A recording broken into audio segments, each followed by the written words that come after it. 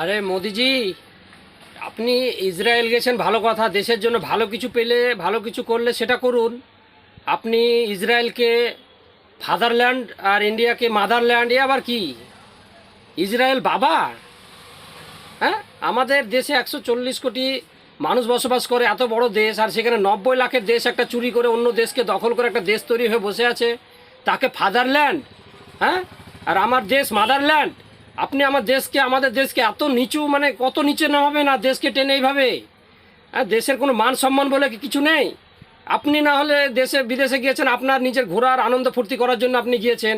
হ্যাঁ, সেখানে গিয়ে আপনি ইন্ডিয়া মাদারল্যান্ড আর ইসরায়েল ফাদারল্যান্ড।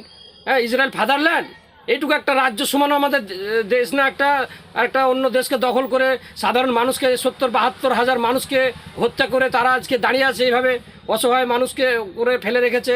হ্যাঁ, তারা দেশকে দখল করে জোর করে একটা দেশ বানিয়ে রেখেছে। হ্যাঁ, আর ও ফাদারল্যান্ড কি এমন করেছে? কি মানে আপনি ফাদারল্যান্ড কি এপিস্টিম ফাইল কি? মানে আপনার মানে আর সহ্য হচ্ছে না, মানে বাঁচার কোনো রাস্তা নেই?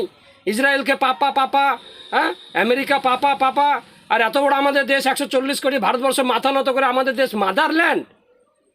আর কত নামাবেন দেশকে নিচে?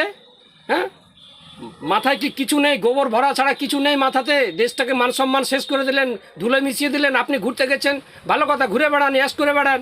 হ্যাঁ, কিন্তু দেশকে এভাবে মান সম্মান নষ্ট করবেন না দেশের। হ্যাঁ, দেশের একটা আমাদের মান ইজ্জত সম্মান আছে, দেশে মাথা উঁচু করে আমরা বাঁচতে চাই, আমরা ভারতবাসী। আমরা দেশের মান সম্মান আমরা চাই। আপনি এইভাবে মাথা নত করবেন না আমাদের দেশের। হ্যাঁ বন্ধুরা, ভালো লাগলে প্রত্যেকে ভিডিওটা শেয়ার করবেন।